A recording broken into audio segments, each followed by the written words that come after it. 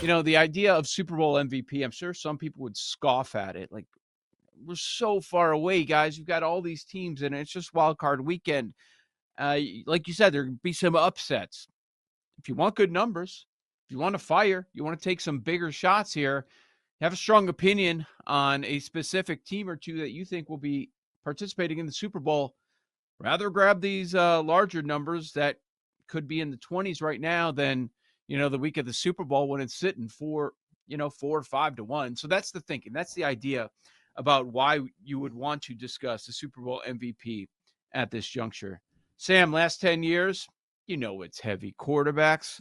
We've seen 3 Mahomes, 3 Brady, and a Nick Foles. So 7 quarterbacks in the last 10 years, a couple of high volume receivers. So keep that in mind. Kupp and Edelman each won, and then one Von defensive Miller? player. Von Miller. Yep. That Mm-hmm. that impactful defensive player usually ends up being an edge rusher. That's really the only position where you're just a game wrecker, right? And that's what we saw in that Denver game. And also remember, that version of Peyton Manning was pretty damn awful, even though they did win the Super Bowl enough to just get by. That team was built on defense and Von Miller. All right, so where do we start with this discussion of Super Bowl MVP? With the quarterbacks, ideally on top. So I've got 3 different books up right now. BetMGM has a market, so does FanDuel, so does Caesar. So we'll start with MGM and read the quarterbacks in order. Mahomes is 4-1, Goff 5-1, Allen 650, Lamar 7, and then Jalen Hurts, who is a little banged up, creating some value perhaps. Jalen Hurts to win Super Bowl MVP 15-1.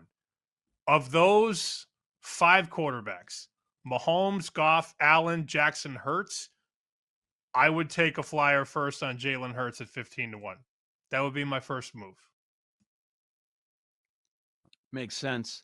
There's almost no gap between the Mahomes and Josh Allen MVP odds and the team winning the Super Bowl. So I don't even think is it really even worth it? It's like, oh, I get a little, like, I don't envision the Bills winning the Super Bowl and Josh Allen not being named the MVP. Same situation with the Chiefs. Like, maybe it's maybe Kelsey possibly, but I really don't see it. And that's an argument we always hear around this award. Well, just take the quarterback. You get more value. They've removed that value with some of those spots. I don't even think the little risk is worth it. Just take the team as far as Mahomes and Allen. So that makes sense. Hurts 15-1. You're right. That's interesting. But I think I don't know. I think that's a different conversation. Like, I look at that and I would go say, I'd rather bet Saquon at a better number than Hurts for MVP. You could take Saquon at 20 or 21. Yeah, I see 22. Just given the fact that if they make the game, which again, we're looking to the NFC because we're avoiding the gauntlet of Kansas City, Buffalo, Baltimore. In the NFC, to me, it's Detroit, Philly, and then everybody else. So if somebody can knock off Detroit, then Philly's likely going to make it into the game. And at that point, Hurts and Barkley are both going to be plus a quarter or plus 150, something like that. If not even higher, 2-1. So it's a number grab on a good team that could make the Super Bowl. And I'm looking right now, the Eagles Super Bowl number, best price you can get on Philly to win the whole thing, 7-1. So, yeah, okay.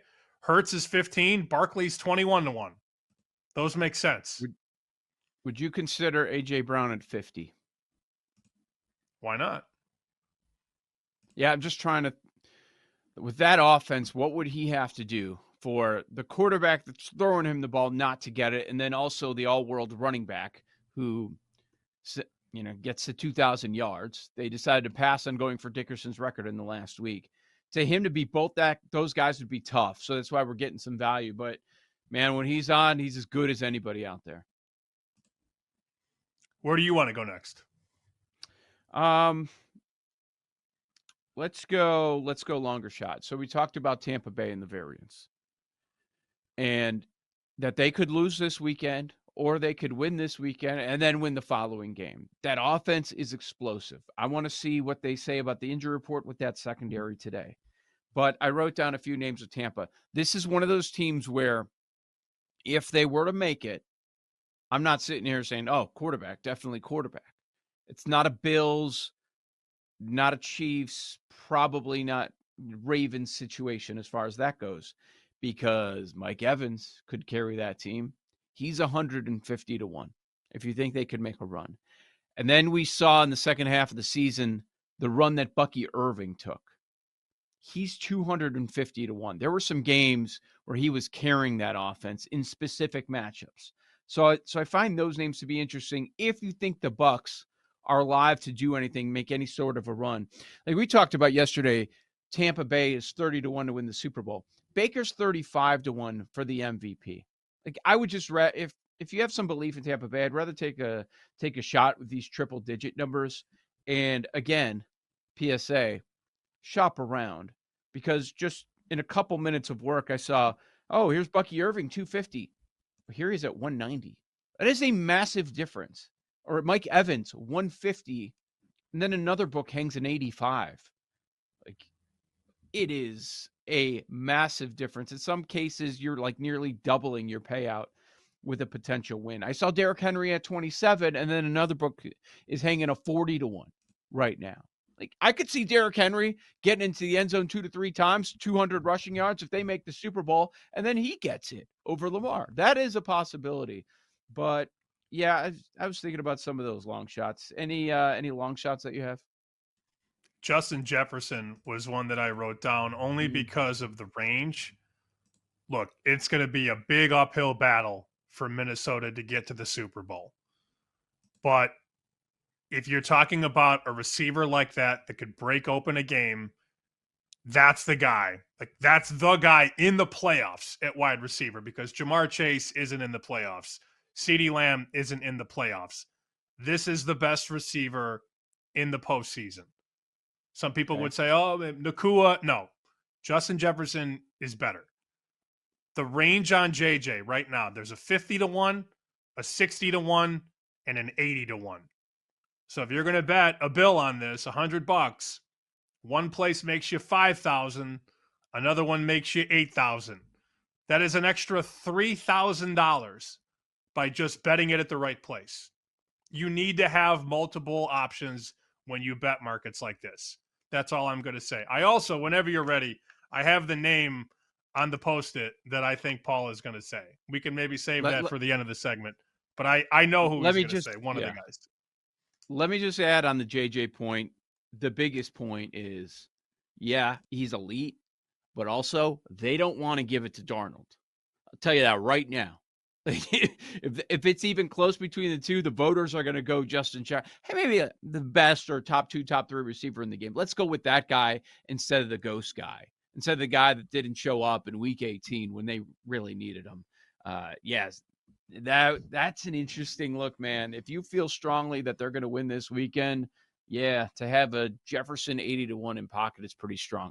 All right, Paul, let's see if Sam is correct. He's got it on the Post-it. What he thinks you're going to roll with Super Bowl MVP long shots. Well, a couple things before we get to that. Yeah, I mean, I threw it in the chat yesterday that was the guy I was going to bet. Oh, I didn't see it in the chat. No, I just had his name come up. But yeah, he's mentioned his name a number of times. Yeah, I've mentioned his name plenty. So yeah, no, it's a good job by Sam. There's an 800 on our guy Van Ginkel. Look, but like the process, yeah. You know what I've written down though? Van Ginkel, Jefferson, Evans. Those are the 3 I've written down. Evans at 175, Jefferson at 80, Van Ginkel at 800. And it's kind of looking for those quote unquote vulnerable, I don't know if that's the best word to use, vulnerable QBs, but same process. If you're going to go the JJ route, which will be a bet for me, is there a case for Addison at 400 to 1? What if it's an Addison game? Like it's the same. Like I'd rather go Jefferson, but just the disparity when we've seen Addison pop, a game at a time. And then the Van Ginkel case, look, it's what is it? Von Miller, we mentioned one defensive player in the last 10 years. He's got to have a couple sacks, probably a pick six. Maybe don't drop this one like you did the other night and maybe cost Defensive Player of the Year. Some force, he's got a, like you said, game record. It's 800 to 1 for a reason. So that's just a little flyer. But yeah, I'm with you guys for the most part on these, like, same kind of line of thinking. Bucks, AJ I've written down at 80. I do, but I think a good point you guys brought up is you just take some of the favorites on a team like the Eagles, like Saquon or Hurts. Now, like, long shots are fun to talk about and some of these longer shot teams, but there is value at the quote unquote top of the board for some of these other teams. Yeah, I'm not messing with Mahomes. I'm not messing with Allen. I'm not messing with the AFC there. It just seems kind of pointless. I'm not betting Mahomes because I already have the Chiefs at 6-1 to win the Super Bowl. So I don't feel like I need to bet any more Kansas City related stuff. Allen obviously makes sense. Gibbs would be another one that I think about because you talk about a price on the Lions. I mean, what's their best price now to win the Super Bowl? 4-1, maybe. Oh no, not even. Geez, 320 on Detroit. So let's play that card. Detroit gets in, and we're sitting in some sports book before the Super Bowl. Who's the first guy you're going to bet?